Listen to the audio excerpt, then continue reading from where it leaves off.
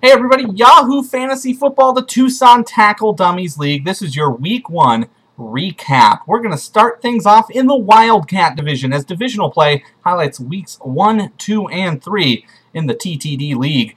The Wildcat Division had two very interesting contests with the comeback of the decade leading things off. Lombardi's Ghost knocked off Inglorious Bearju 141.48 to 124.91. How could you not start with the biggest story in fantasy football? Tom Brady's greatest game, along with Wes Welker as benefactor, allowed Lombardi to make a 67-point swing Monday night and snatch away an otherwise surefire victory for the now demoralized Bearju.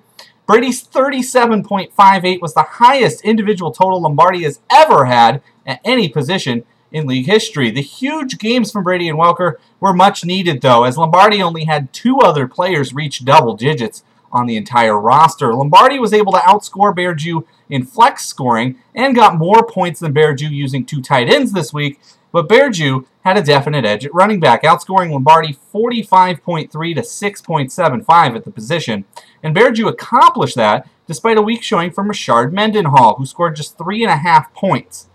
Defense was nothing special in this matchup as Bearju won that battle 35 to 28.5. Lombardi had a disappointing performance from the Cleveland defense, which fell over 9 points below expectations. And in the other matchup in the Wildcat Division, Championship Cheese knocked off Big Ben's Revenge 144.57 to 115.48. This matchup pitted defending champion Big Ben against two-time champion Cheese, and this one belonged to Cheese from the get-go. Half of Cheese's team beat projections, led by a stout 27.9 points from Ray Rice and 49 points from four wide receivers, which averaged out to be 12.25 points per wide receiver. Big Ben countered with a game-high 30.55 from running back Mike Tolbert, but only 5 players on Big Ben's squad beat projections overall, as half the team scored fewer than 5 points apiece. Major disappointment, though, for both teams at quarterback, as both quarterbacks in this one were in negative points for quite some time before Big Ben's Kerry Collins outpaced Cheese's Sam Bradford 8.68 to 4.87.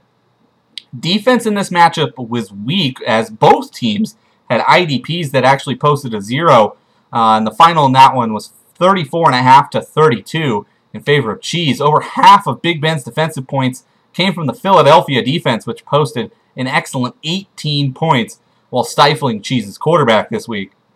Over in the Aztec Division, the revamped Aztec Division, Mojo Jojo defeated White Powerade 174.43 to 128.18.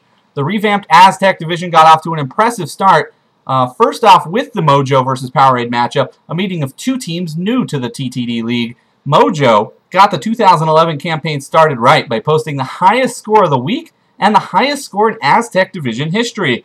Mojo had 12 players beat projections, led by a game-high 25.93 out of quarterback Aaron Rodgers, which was barely enough to beat Powerade at that position, as Powerade got a team-high 23.98 from Michael Vick. Mojo had 38.2 points from his three wide receivers, Brandon Marshall, Plaxico Burress, and Julio Jones. On top of that, running back Reggie Bush chipped in 17.65 points on Monday night. Powerade actually outscored Mojo at the wide receiver position, with Greg Jennings, Brandon Lloyd, and Deion Branch combining for over 40 points. But Powerade lost ground at running back as Brandon Jacobs and Michael Bush combined for just 5.9 points. Defense was dominated by Mojo, winning that battle 64.5 to 41.5, thanks to 19 points from the Houston defense and 14.5 points from a defensive back whose name I certainly can't pronounce. Navajos knocked off the Amazons 169.16 to 149.55 in a high-scoring affair. Last year's Aztec Division champion and the only returning team from the Aztec Division last year started off 2011 with a big victory over league newcomer Amazons, thanks to the Chicago Bears. The four Bears on the roster for Navajos, Cutler, Forte, Gould, and the Bears defense combined for a stunning 81.63 points. 7 additional players topped projections this week for Navajos, including a combined 29.6 from the Washington Redskins players Tim Hightower and Jabbar Gaffney. Amazons still managed a very impressive debut in TTD, with 11 players topping projections while posting the highest losing total of the week. Quarterback Matthew Stafford led the way for that team, posting a 24.4, and 4 Amazons running backs combined for 45.4 points. Amazons was weak at wide receiver, however, with just 8.4 points from Jerome Simpson and Ben Obamanu. Defense was a close battle, with Navajos narrowly holding off Amazons 49.5 to 45, as Amazons had 5 of 7 players on defense beat projections, but it was still not enough to match Navajos and the 25 points, a game high, from the Chicago defense. Moving to the Caballero division, the always competitive Cabs division, Raging Boners defeated Angry Arthritis 148.13 to 127.07. Boners used a rookie quarterback in his NFL debut and a dominating performance from the Baltimore defense to hold off the always tough Arthritis to start the season on the right foot. Quarterback Cam Newton of the Carolina Panthers gave Boners a game-high 33.88 after being projected for fewer than 10 points by Yahoo. This was much needed for Boners to overcome 2.6 points from tight end Chris Cooley and no points from the now injured for the season Nate Kading at kicker. Arthritis had a solid performance from 4 wide receivers, combining for 51.5 points, and quarterback Eli Manning also beat projections, but defense is where Boners put Arthritis away for good. The Baltimore defense posted 23 points, and Devin McCourty at defensive back added 11.5 points for Raging Boners. Arthritis had just 1 player on defense beat projections, and Pro Bowl defensive line duo Ndamukong Suh and Justin Tuck combined for just 1 point total.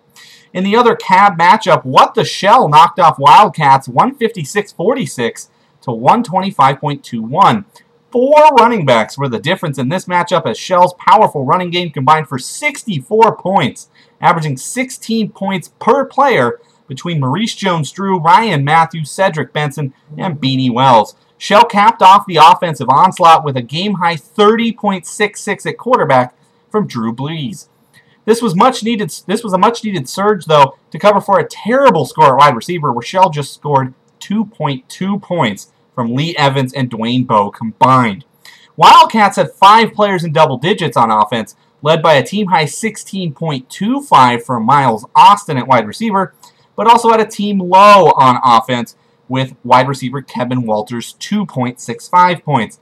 Both teams did little to impress on defense, as Shell's 16 points from Ed Reed was the only player on either squad to reach double digits on the defensive side of the ball.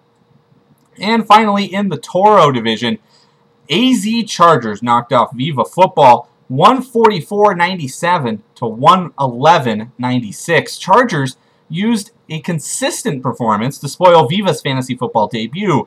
9 players top projections for Chargers, led by a game-high 20.75 out of quarterback Phillip Rivers. Viva did have half the team beat projections this week, led by 18.35 from wide receiver Reggie Wayne, but roster issues plagued this team out of the gate. Starting the injured Arian Foster at running back and an inactive linebacker definitely killed Viva's chances this week, and poor performances from Sean Green and Owen Daniels didn't help the effort either. Even Viva's 18 points from the New York Jets defense was countered by Chargers' 32.5 points at linebacker from Ray Lewis and Brian Urlacher.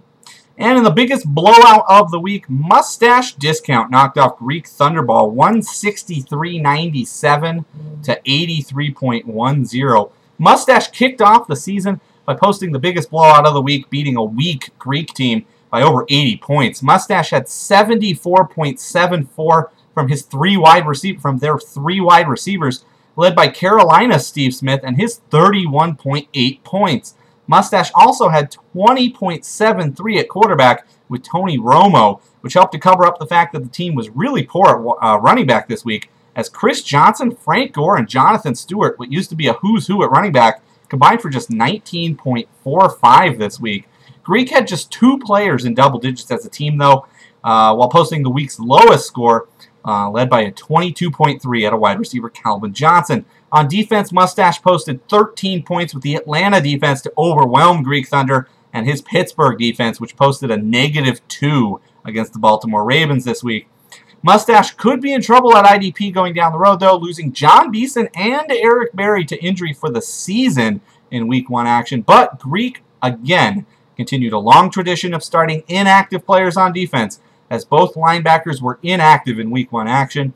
Greek only scored 13.25 points total at linebacker last season, and 2011 is off to a 0 start.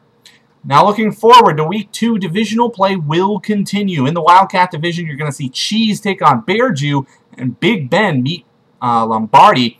In the Aztec division, Mojo will take on Amazons and Navajos will meet Powerade. Over in the Cabs division, 1-0 Boners will meet 1-0 Shell, while 0-1 Wildcats will take on 0-1 Arthritis. And in the Toro division, Mustache will meet Viva and Greek will meet AZ Chargers. So we hope to see you back next week for Week 2 in review in the Tucson Tackle Dummies League.